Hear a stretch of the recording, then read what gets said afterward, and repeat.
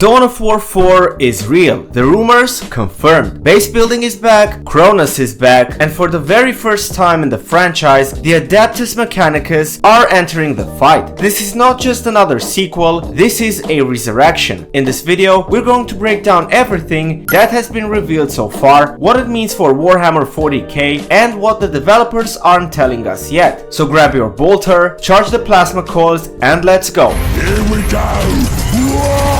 Let's start with why this announcement actually matters, not just for Warhammer fans, but to the entire RTS gaming in general. Dawn of War wasn't just another real-time strategy series, it was one of the few games that made the grimdark future of the 41st millennium feel alive. Massive armies, desperate sieges, and some of the most iconic voice lines in PC history. Now, after all the years of silence and mixed experiments with Dawn of War 2 and 3, Dawn of War 4 promises to bring back the series to its roots, with full base building, large-scale warfare, and an honest to Emperor single-player campaign that actually looks massive. If you ever wished Warhammer would return to its gritty RTS glory days, this is the one to watch.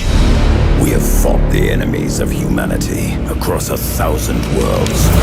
Alright, now let's go through what's been confirmed. First of all, Dawn of War 4 was officially revealed at Gamescom 2025, and it's being developed by King Arc Games, the same studio behind Iron Harvest, and published by Deep Silver. That's a big deal. These are devs who understand both RTS pacing and cinematic storytelling. Second, it's slated for PC release in 2026. You can already wishlist it on Steam, but there's no confirmation yet for console versions. Third, the game takes us back to Cronus, the setting of the original Dawn of War Dark Crusade. That alone triggered a full nostalgia meltdown in the community. Fourth, there will be 4 playable factions at launch and 4 distinct story campaigns. From what we know, the full single player will offer more than 70 missions, making it one of the largest Warhammer RTS campaigns ever made. And finally, the fan favorites are returning. Base building, last stand mode, skirmish battles, and multiplayer for 1v1, 2v2, and 3v3 matches. There's even a painter tool that lets players customize their armies, just like the tabletop hobby, but digital. So yes, the memes are true. We're going back to the golden era of Dawn of War, and honestly, it feels good to say it again.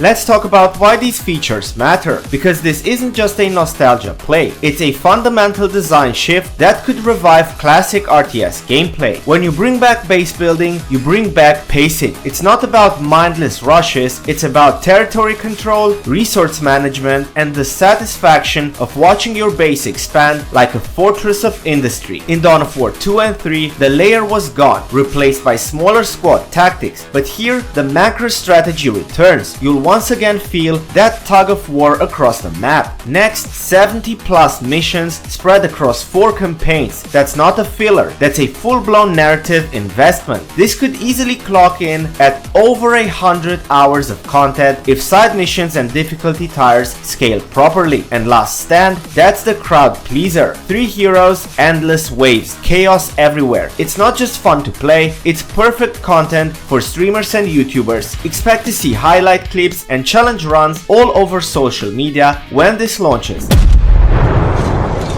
Now we're going to talk a bit about the factions. This is where the lore junkies will start hyperventilating. First confirmed debut, the Adeptus Mechanicus. Yes, the tech priests are finally stepping out of the forges and onto the battlefield. Their units are all about technological superiority, servo skulls, data rerolls, mechanical resilience. Expect a lot of emphasis on self-repair and high risk, high reward war mechanics. And then we have the orcs, space marines, and necrons. Now it's also time for a bit of speculation, clearly labeled speculation. Chaos has not been confirmed, and that's raising eyebrows. Historically, Chaos always plays a major narrative role, so it's very possible they're being held back for a future DLC, or even a massive reveal closer to launch. Given how much balancing and storytelling goes into making Chaos feel right, that delay would make sense. If that means we get a fully cinematic Demon Priest reveal later, I'll wait patiently most of it.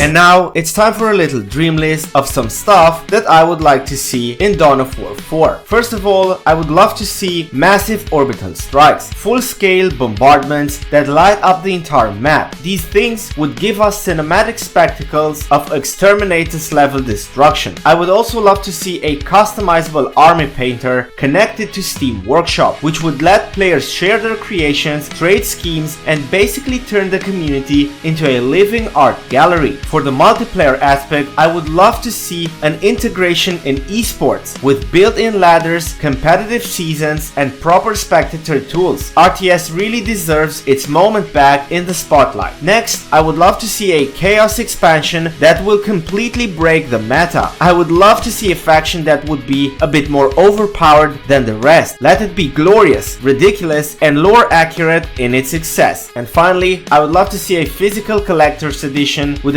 exclusive miniatures, campaign lore books, and maybe even a Gabriel Agella statue. Because if I'm not broke by launch day, did I even serve the Emperor properly? So, what do you want to see in Dawn of War 4? Drop your wildest faction idea or campaign concept down in the comments. And if this video helped you catch up on all the news, hit that like button, subscribe for more gaming news, and seriously, go wishlist Dawn of War 4 on Steam right now. Until next time, Commanders, respect.